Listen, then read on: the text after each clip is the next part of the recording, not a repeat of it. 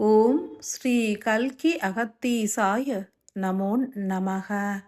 108 தின ஆத்ம காயத்ரி சாதனாவினை மேற்கொள்பவர்களுக்கும் 48 தின ஆத்ம காயத்ரி நோன்பினை ஏற்பவர்களுக்கும் 108வது ஆற்றலாய் விளங்கும் ஸ்ரீ ஆதி காமாட்சி தாயார் வழங்கிய அருளுரை.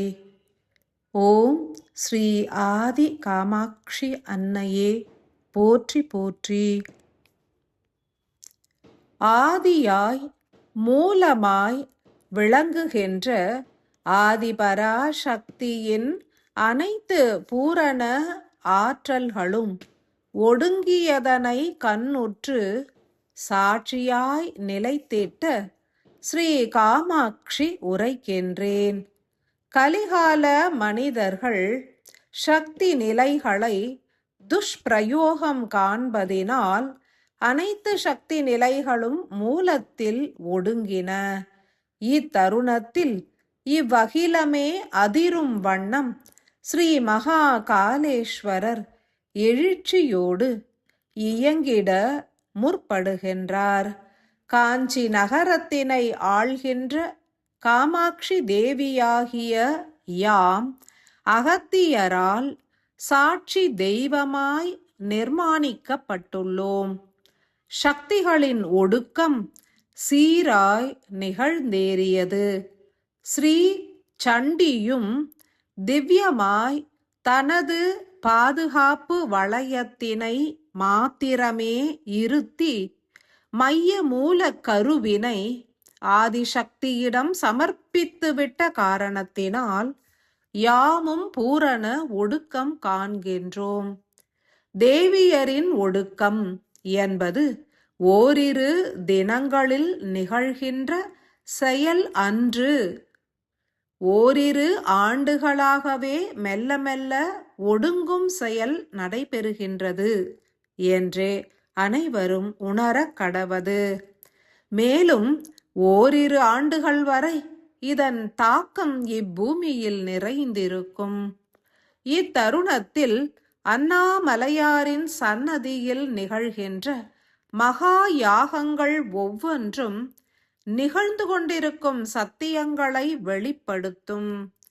காமாட்சி தேவியாகிய யாம் புறத்தினில் உருவாக்கப்படும் மகா யாகங்களின் அக்னியில் கலப்புற்று சக்திகளின் பூரண ஒடுக்கத்தினையும் கண்காணித்திடுவோம்.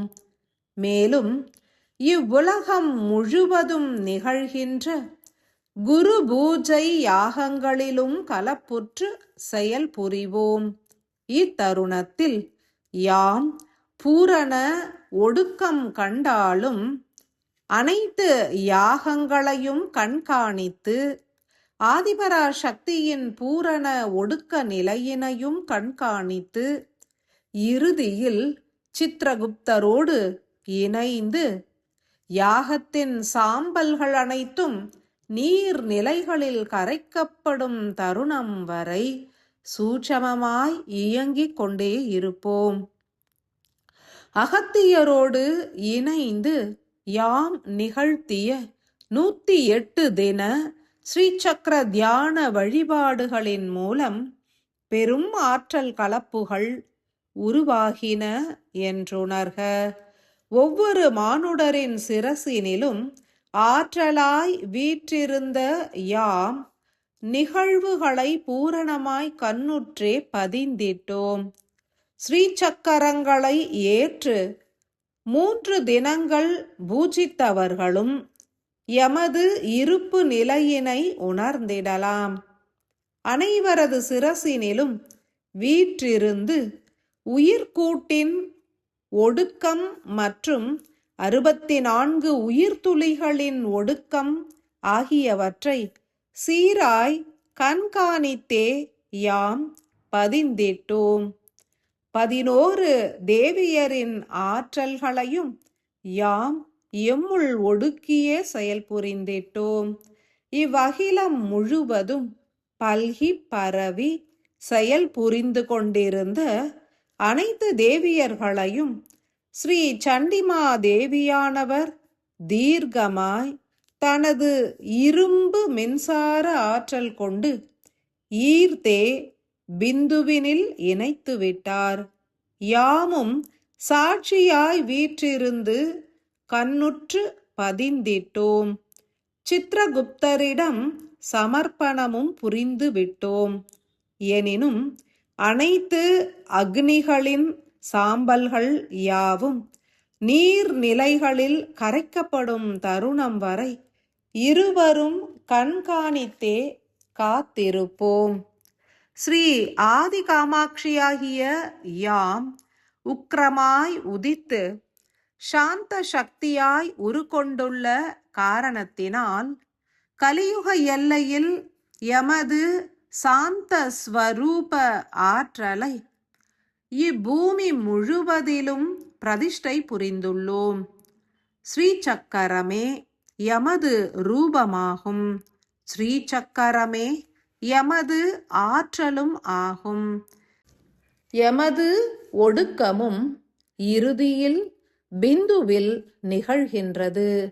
ஸ்ரீசக்கரம் எனும் உன்னத கருவியானது சக்திகளை ஆராதித்து ஆற்றல்களை பெருக்கி மாபெரும் இயக்கத்திற்கு உதவிய உன்னதமான ஓர் கருவியாகும். இவ்வுலகம் முழுவதும் எண்ணிலடங்கா ஸ்ரீசக்கரங்கள் பிரத்யக்ஷணமாய் பிரதிஷ்டை புரியப்பட்டுள்ளது. தேவியரின் விரிந்த இயக்கத்திற்கு உதவிய ஸ்ரீசக்கரம் எனும் அமைப்பானது முக்கோண ஆற்றல்களை முழுமையாக உருவாக்கும் வல்லமை பெற்றது. இத்தருணத்தில் ஸ்ரீசக்கரத்தின் மையத்திலிருந்து வெளிப்படும் ஆற்றல்கள் யாவும் மூல மைய பிந்துவில் ஒடுங்கிய ஆற்றல் கலப்புகளை வெளிப்படுத்தும். சத்தியத்தில் நிகழ்வதோ பிரம்மாண்ட இயக்கமாகும். ஸ்ரீசக்கர மையத்திலிருந்து விரிந்த ஆற்றல்கள் அனைத்தும் இத்தருணங்களில் ஸ்ரீசக்கரத்தின் மையத்தினிலேயே ஒடுங்கி பின்னர் ஆதி விளக்குகளோடு கலப்புறும். எவ்விதம் பற்பல ஆலயங்களில் ஸ்ரீசக்கரம் என்பது பிரதிஷ்டை புரியப்பட்டுள்ளதோ அவ்விதமே சத்திய யுகத்தினில் பற்பல ஆலயங்களில் ஆதி விளக்கு என்பதே பிரதிஷ்டை புரியப்படும். பின்னர் அனைத்து இயங்கு நிலை சக்திகளும் மாறுபடும். ஸ்ரீசக்கர தியானங்களை ஏற்றுள்ள அனைவரும் உங்களது சிரசினில் சக்தியின் ஒடுக்கம் நிகழ்வதனை பூரணமாய் உணர வேண்டும். புற இச்சைகள் ஆசைகள் ஆகியவை குன்றுவதனை காட்டிலும் இயங்கு சக்தியே மாறுபடுவதனை அனைவரும் உணர வேண்டும். ஸ்ரீசக்கர ஆற்றல்களால் இயங்கியோர் யாவரும் மகாமேருவோடு இணைந்த மகா காலேஸ்வரரின் இயக்கத்தினை உணர இயலும். உலகம் எங்கும் பரவவுள்ள ஆதி விளக்குகள் ஒவ்வொன்றும் இரட்டிப்பு செயலாற்ற முற்படும். சத்தியயுக வாசியாய் மலர்ந்த மானுடர்களின் சிரசினில் உயிர்கூடு கரைந்து பிந்துவும் மறைவதினால் ஸ்ரீசக்கர அமைப்பும் சிரசினில் செயலிழக்கும். மாறாக ஒவ்வொருவரது சிரசினிலும் ஆதி விளக்கு எனும் கருவி சூட்சமமாய் பிரதிஷ்டை புரியப்படும். ஆதி விளக்கின் அடித்தளம் என்பது உங்களது தேகத்தின் அடித்தளமாகவும் மூலாதாரமாகவும் உருக்கொள்ளும். ஆதி விளக்கின் மேரு பகுதியே உங்களது தேகத்தின் மூலாதாரம் என்றே கண்டுணர வேண்டும். ஆதி விளக்கின் கீழ் பகுதியில் உள்ள 7 சக்கரங்களும் உடலில் உள்ள சக்கரங்களாகவே உருக்கொள்ளும். மையத்தில் உள்ள சந்திர சூரிய கற்கள் உங்களது இரு விழிகளோடு கலப்புறும். சந்திரக்கல் என்பது இடது விழியாகவும் மகா அகத்தியர் குடிகொள்ளும் பிரதேசமாகவும் அமைந்துவிடும். வலது விழி என்பது மகா காலேஸ்வரர் குடிகொள்ளும் சூரிய ஆற்றலாக வெளிப்படும். ஆதி விளக்கினை சூழ்ந்துள்ள 3 தீபச் சுடர்களும் உங்களது இடது விழி, வலது விழி மற்றும் 3ஆம் விழியாகிய உயிர்கூடு எனும் நிலையினையும் ஏற்கும். இடது விழி என்பது சந்திர ஒளியினை குளிர்ச்சியாய் உமிழ்ந்திடும் மகா அகத்தியரின் குரு அருளினை வெளிப்படுத்தும் மற்றும் ஆதி விளக்கின் சூழ்கின்ற தீபமாகவும் சுடர்விடும். அவ்விதமே வலது விழியும் செயல்புரியும். உயிர்கூடு எனும் அகவிழியாக 3வது தீபச்சுடரும் இயங்கிடும். சிரசினை கடந்த நிலையில் 7 மகா சக்கரங்கள் உங்களை சூழ்ந்த வட்ட வடிவினில் இயங்குவதனை உணர்ந்திடலாம்.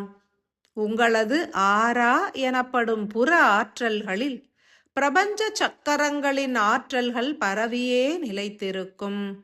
எனில் ஸ்ரீசக்கர தியானங்களை ஏற்போரின் தேகமே தெய்வீக ஆற்றல்களால் நிறைக்கப்பட்ட ஆதி விளக்காகவே உருமாறிவிடும். ஒவ்வொருவருமே ஓர் நடமாடும் ஆதி விளக்காகவே உருகொள்வீர்கள். பின்னர் இவ்வுலகம் முழுவதும் மாறுபட்ட ஆற்றல் பிரயோகங்கள் வெளிப்படத் துவங்கும். அனைத்து வித இயக்கத்திற்குமான எரிபொருட்கள் பூரணமாய் மாற்றம் அடையும். ஸ்ரீ காமாட்சி தேவியாகிய யாம் மூலப்புள்ளியில் ஆதிபராசக்தியோடு ஒடுங்கினாலும் மகா காலேஸ்வரரின் இயக்கம் பூரணமாய் மலரும் வரை சாட்சியாகவே செயல்புரிவோம் என்றுணர்க.